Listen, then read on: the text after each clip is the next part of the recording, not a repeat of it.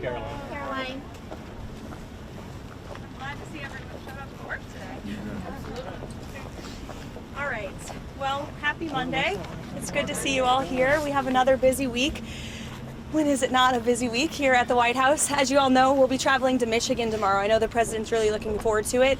He's going to give a speech at the Detroit Economic Club in addition to touring a factory in Dearborn, Michigan that produces F-150s. And my understanding is Ford is ramping up that manufacturing and also going to be hiring more American workers at this facility thanks to President Trump's policy. So he'll be doing that tomorrow and talking about all of the great economic news, which I would be remiss if I did not point out to you all. We have mortgage rates falling below 6% for the first time in years. Thank you, NBC, for this very fair and honest headline. But this is the truth, and these are the facts thanks to President Trump's economic policies. So frankly, they're hard to deny.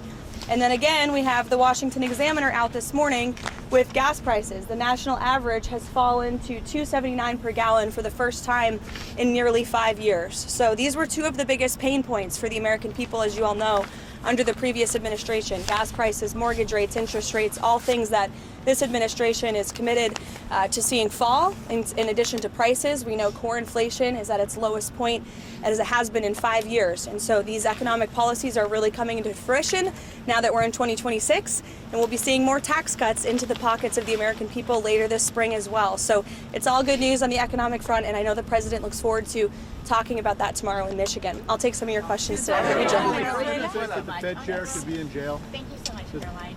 Jerome Powell, President Trump has mentioned on multiple occasions that the administration could probably bring a lawsuit against him. Did the president ever direct DOJ officials to open an investigation into Powell? No. And can you reassure the American public that his longstanding criticisms and public comments about Powell had nothing to do with the investigation? Well, look, the president has every right to criticize the Fed chair. He has a First Amendment right, just like all of you do. And one thing for sure, the president's made it quite clear, is Jerome Powell is bad at his job. As for whether or not Jerome Powell is a criminal, that's an answer the Department of Justice is going to have to find out, and it looks like they intend to find that out. Two more questions on the Fed for you. Senator Tillis is promising to hold up all Fed nominees until this legal matter with Jerome Powell is resolved. What does the president make of that? I haven't spoken to the president about Senator Tillis's comments. I'll leave that to our legislative affairs shop to figure out, and I'll let the president speak on that himself. Go ahead. That the Fed should operate independently from him.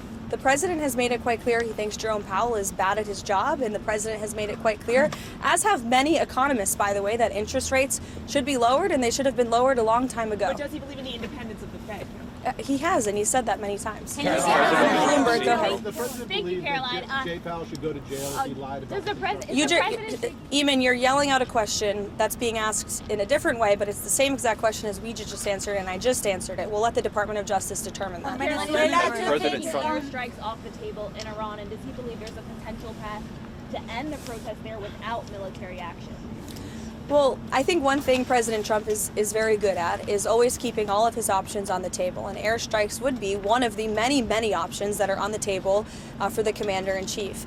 Diplomacy is always the first option for the president. He's told all of you last night that what you're hearing publicly from the Iranian regime is quite differently from the messages the administration is receiving privately, and I think the president has an interest in exploring those messages. However, with that said, the president has shown he's unafraid to use military options if and when he deems necessary, and nobody knows that better than Iran. Go ahead, Danny. Talking to the Iranians.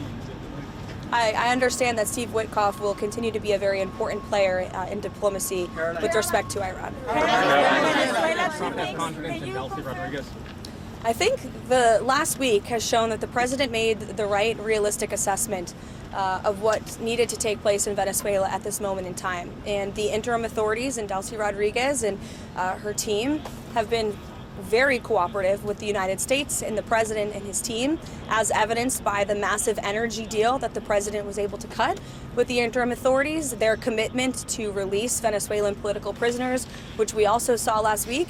So we've seen a great level of cooperation, and the president expects that to continue. Go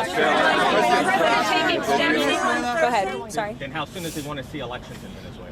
I think right now it's still too soon to say, and I don't want to set a deadline for the president on that.